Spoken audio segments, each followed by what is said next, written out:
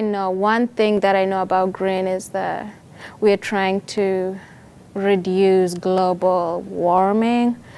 What I believe it means to be green is respecting the natural resources, or I should say the limited resources that this planet has, and using them prudently and being efficient with it.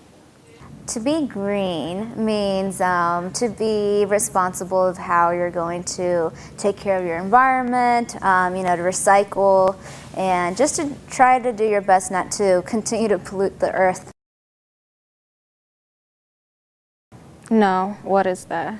I have heard about the green roof. I've just heard it mentioned, but the details of it, no.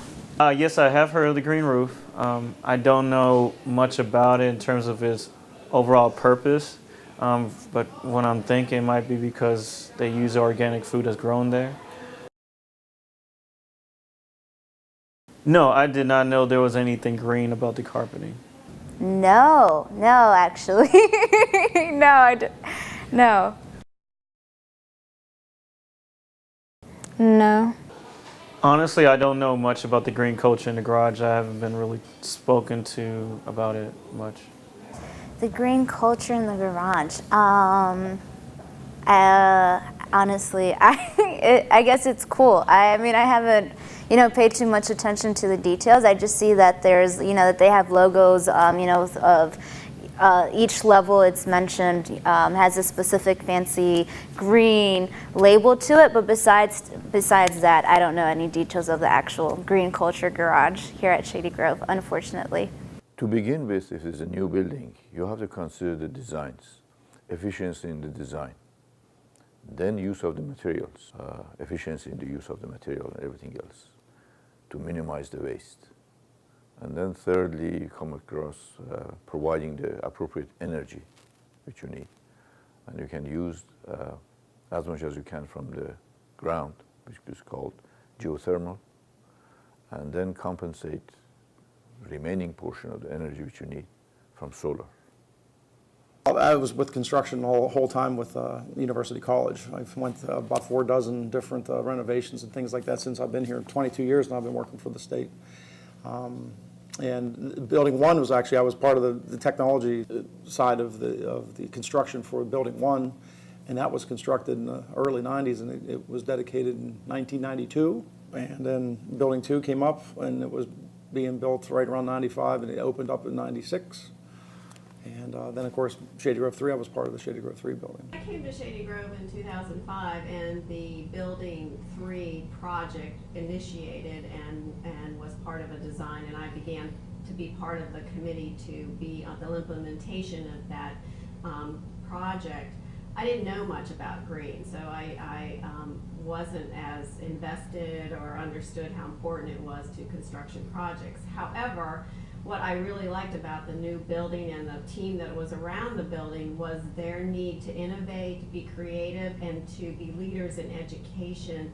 Environmental design was key on the list, and so I learned about the process primarily through the leadership of those that were on the team in design and construction. Funny, it was a total, just like I'm saying, it's just a whole progress since I've been working here. It was just, let's get the building built, and there was some consideration for these things when I was on these building committees, but that has all increased dramatically since, especially going from building 1 to building 2, and then building 2 to building 3. I think this was one of the first LEED buildings in the state of Maryland. Yeah.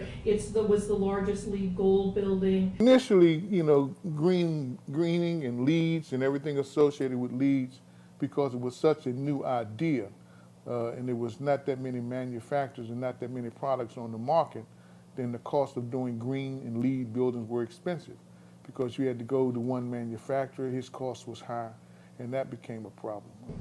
I think it was one of the first questions we were asked when we were going to build a green building was how much extra would it cost you? What was the return on investment? How would this make sense? I mean, we're obviously a state institution. Nobody wants to waste anybody's money. And so it was really key to our analysis of what we did. When we looked at this building with Building 3 when we were done, it really only added about 1% to the cost of the building. To add in the green features. It was a lot of elbow grease though, on those of us on the committee to try to find what were the right products that were sustainable, how could we communicate that. But a lot of it was the planning from the very beginning. If you build green up front, it costs you a lot less than going back and renovating and adding it later. And so the way the windows are placed, the way the building is situated, so you get the most sun and light with the least amount of heat that you would then have to spend money to cool on. The amount of natural lighting that you see throughout this building would have been a lot harder to tear down a wall or move something and add windows later. It was all put in the very beginning and planned that way. Because of that, it did not add that much to the cost of the building, and we have had energy savings since then. Well, I think the first thing you want to do is to look at, you probably get your biggest bang for your buck is environmental systems. Okay. When you get that because that's where you spend most of your money in the energy consumption. Can help you out quite a bit. As we talked about it, we're still doing it with building number 1 and building number 2. We're trying to do EB leads for building 1 and 2.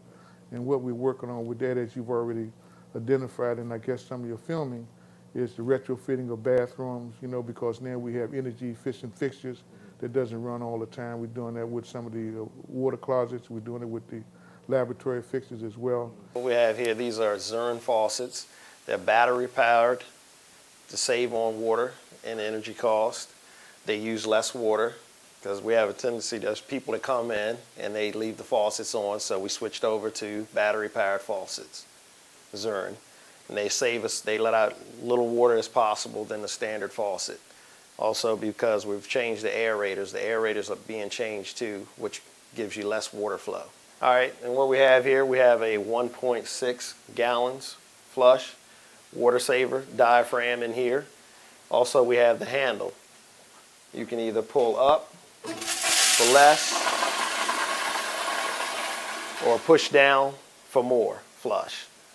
You try to do those kind of things because that gives you the big bang right off the top of the bat. When you start doing things like that with your HVAC system, it works even greater. What this is here, this is a VFD, a variable speed drive. And what this does, it regulates our motors, fan speed. So as we need more air, the fan speed will pick up. This will make it rise up to a higher speed. It'll drop it back down when we need less. Okay, well here's one of our variable frequency drives. Here's the on-off switch so we can turn it off and work on it safely and not hurt ourselves. And then right here, if something's the matter with the drive and it goes bad, blows up, these switches allow us to turn it on so we'll run at 100%. The building is very sophisticated. As you know, when you walk into a classroom, if the classroom is cool when you walk into it, you stay there for about another 10 minutes. Well, another 5 minutes, you hear systems coming on. Recognize the fact that the room is occupied, and it will start to regulate itself to do what needs to be done to the environment, whether it's provide heat or provide cooling. The biggest thing that you have to do is get the data from the system that you're reading, and then try and find a better way to operate your building to keep using less. We have cut back by changing our temperature of the hot water in the building, by bringing it lower than what it was, and that saved gas. And we saw a dramatic effect of that when we first did that. You know, those kind of things help. And then, as I said to you before, the building will notify engineers when something is going wrong. Yeah. It will call somebody till somebody picks up and answer the call. So those kind of things help you in terms of the manpower and how you